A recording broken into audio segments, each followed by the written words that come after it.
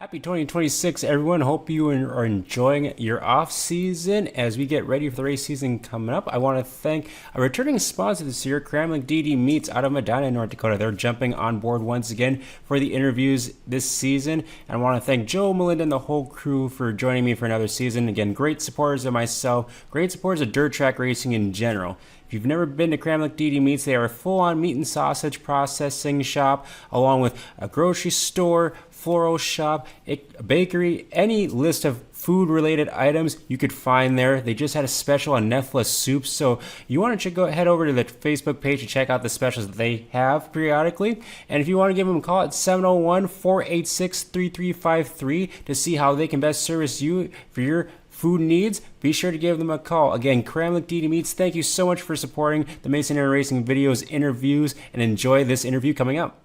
Well, happy 2026, everyone. It's about time we start some interviews and get ready for the racing season. To start things off, we're heading out west, and I mean way west. We're going out to, I believe, Bozeman, Montana to talk with the number 32 WISSOTA Superstock driver, Bodie Smith. Bodie, how are you doing today?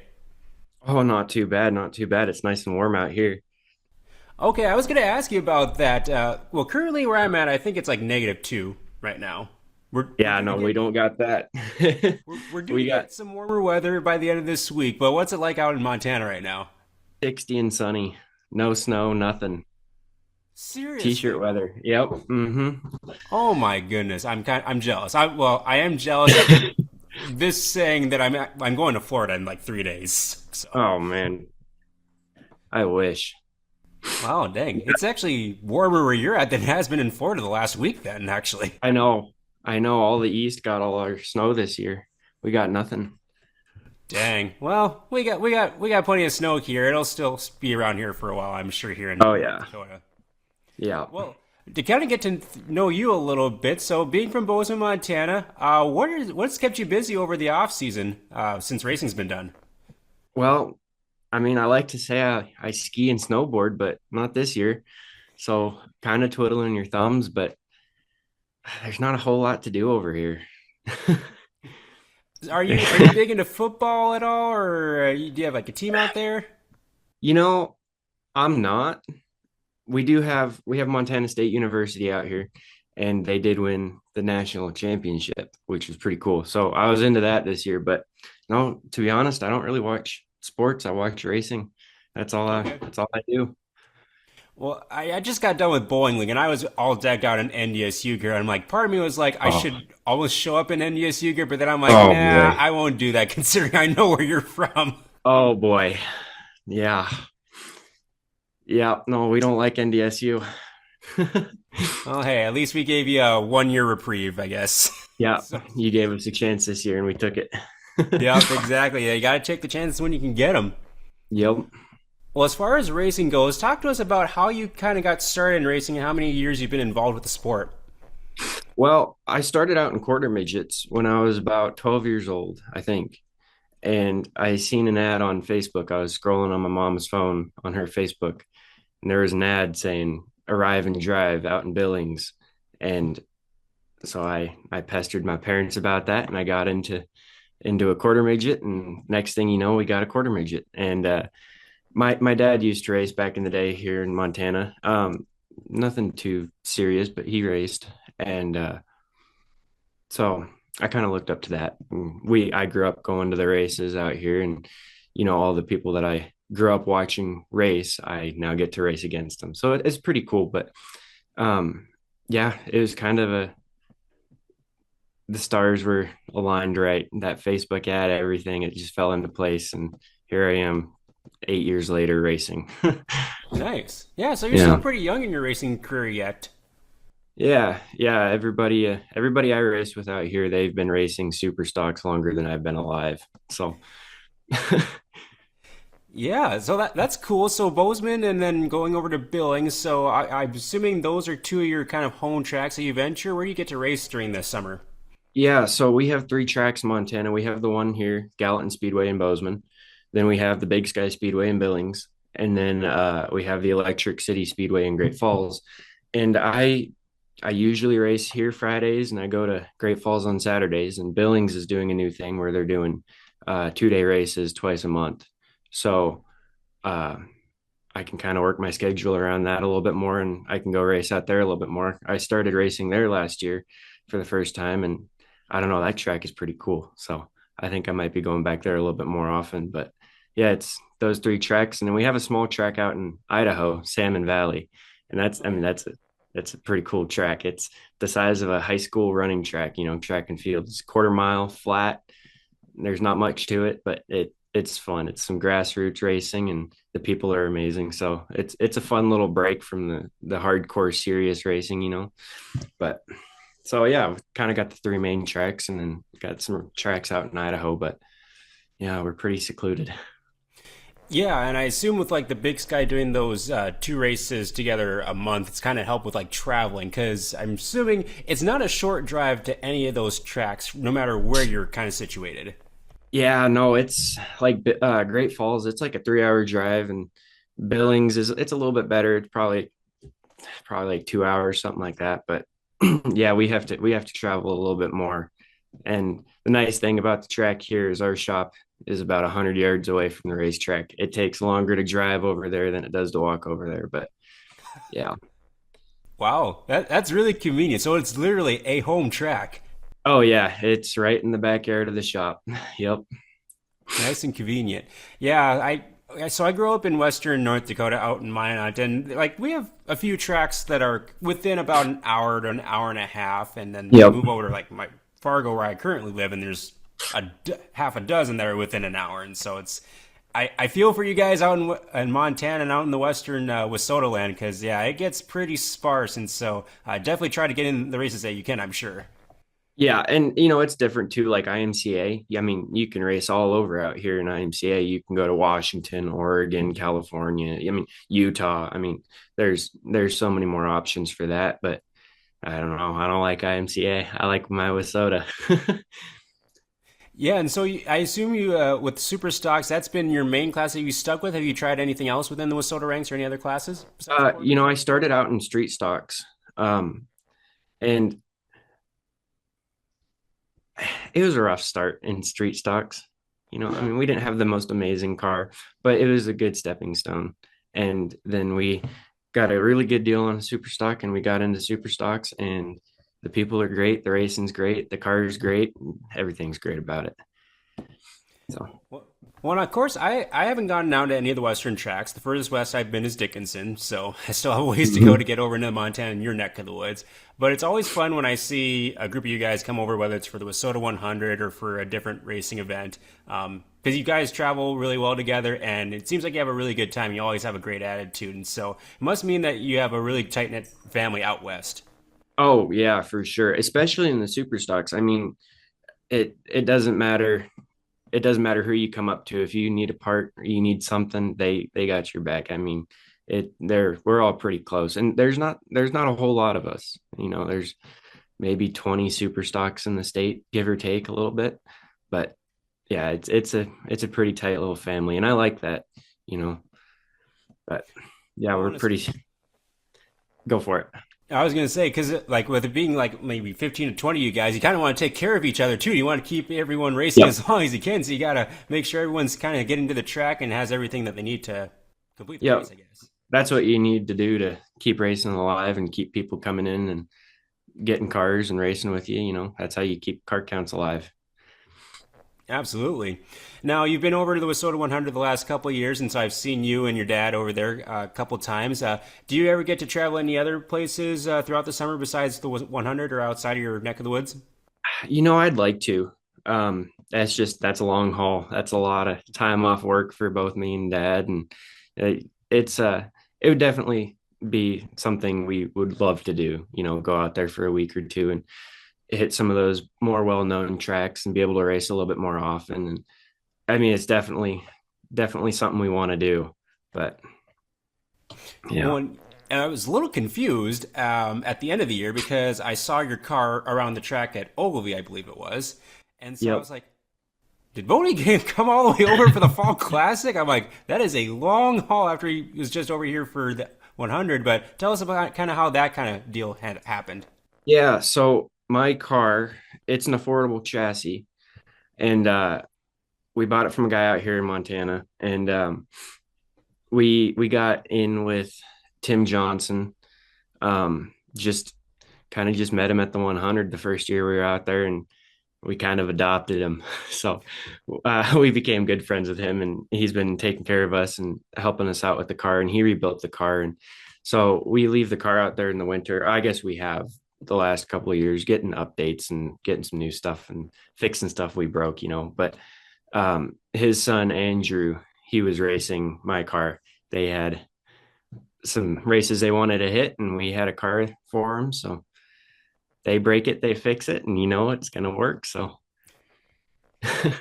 Hey, that is a great guy to kind of just cross paths with. Tim Johnson seems like a hmm pretty well-known racer, so that's a good company to be with. Oh, definitely, 100%. Very blessed with that. That's awesome. So you didn't sell the car. You still that's still the car Yep. that you will run. Okay. Yeah, yep. So we have the car out there in Minnesota, and we should be able to pick it up here in a couple weeks, actually. I think it's about ready to get done. And gonna go stick a new wrap on her, drop a new motor, and get back to racing. There you go. Do you have any big goals on deck for 2026? Anything that you want to try to accomplish? Number of feature wins or anything like that? Well, you know, me and Dad were actually talking about this the other day. I think it'd be nice to chase state points a little bit more. We we don't race as often as we could, I mean, it takes a lot of time and it takes a lot of money and a lot of effort to do all that. And we can't hit we can't hit 60 races out here. I mean, if we try real hard, we can maybe hit 30. Um, so I think that's our goal for 2026 is to race a little bit more and stay a little bit more competitive in the state points because we're not too far off. But like I said, we don't race as much as some of the other people do. So I think that'd be a good goal to race a little bit more and see if we can't rank a little bit higher. Yeah, and it seems like the last couple of summers when I've kind of like paid attention to the racing out west, it seems like if weather plays a big factor in this because sometimes like out west you guys get all the racing in and then out here it's like we get washed out for Yep. like weeks on end and then sometimes it flips the other direction. Yep. So it's like, yeah, Yep. Mother Nature just kind of doesn't want to cooperate with everyone, it seems like during the summer. Yep. And it always seems to happen on race day, not the day before, not the day after, but on race day. Yeah. Oh man, this last summer was rough out here. I don't know what it was like out west, but it was rough this last Oh, summer. yeah. Yep. Yep. But I think it's going to be a dry summer. I mean, we don't have any snow. So, I mean, we might be good. I don't know about you guys, but we might be good. It's hard to tell if it's anything like last summer. It's still going to be a little bit damp, but Yeah. we made do with what we got for most of the year, anyways. Yep. So as far as I guess we'll give you a second to give a shout out to your sponsors and crew members that help your race team before we ask you the last couple of questions.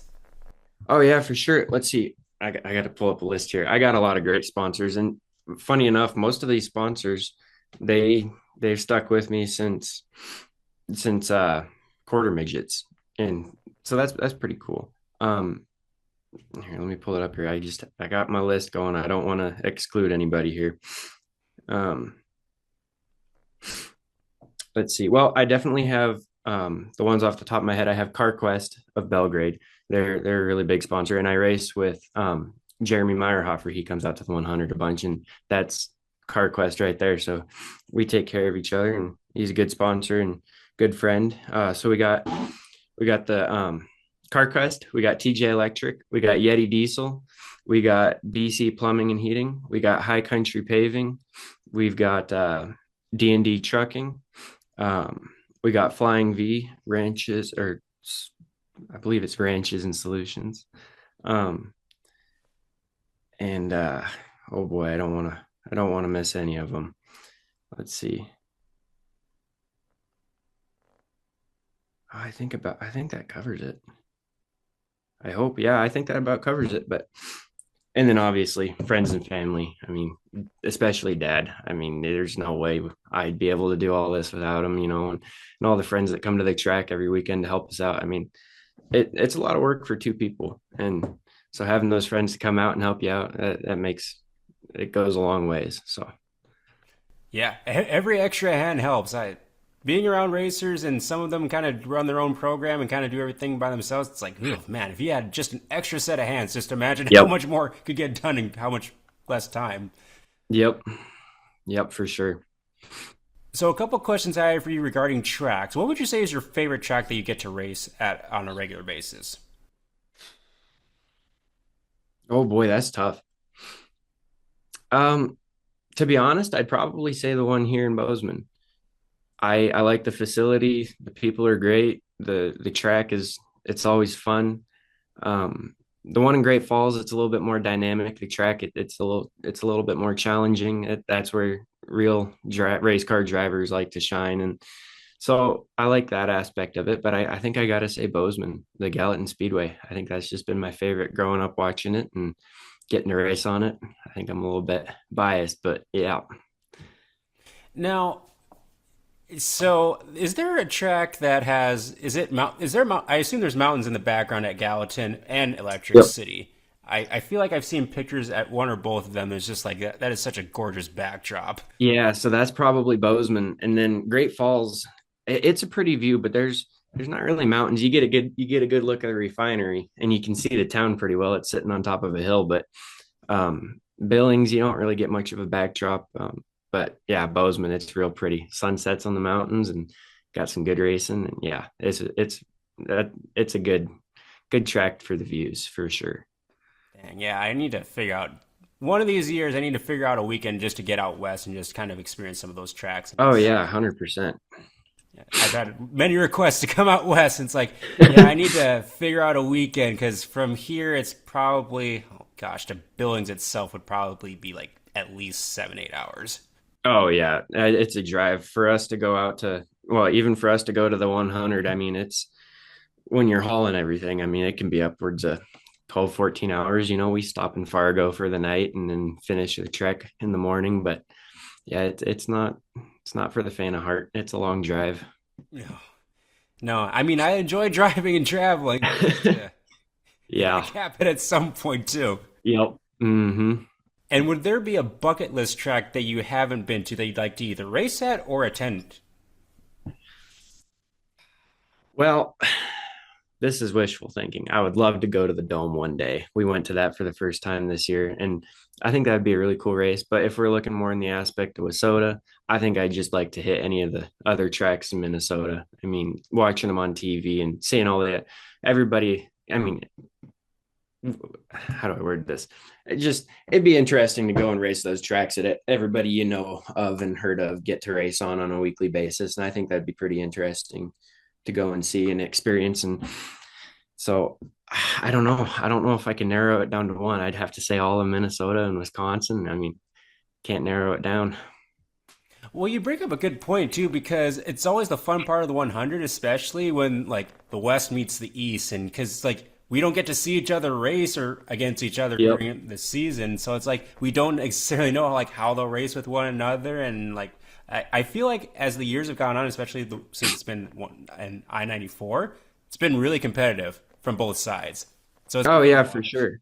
Yeah, I think like I said, I mean, we know of a lot of people over there. I don't know if they've heard of us, but it's pretty cool to be able to go and race with everybody you get to hear of all year and go and race against them door to door. But I'm not saying we keep up with them, but it's fun to stick with them for a lap. Oh yeah, yeah. It's well when you guys got guys like Shane Zabrowski, Tim Johnson, Oh Dexton yeah. Cook, and Trevor Nelson. It's just like, oh boy, you got the who's who, and it's like you're gonna Yep. be learning from a lot of different guys, no matter how much experience you got.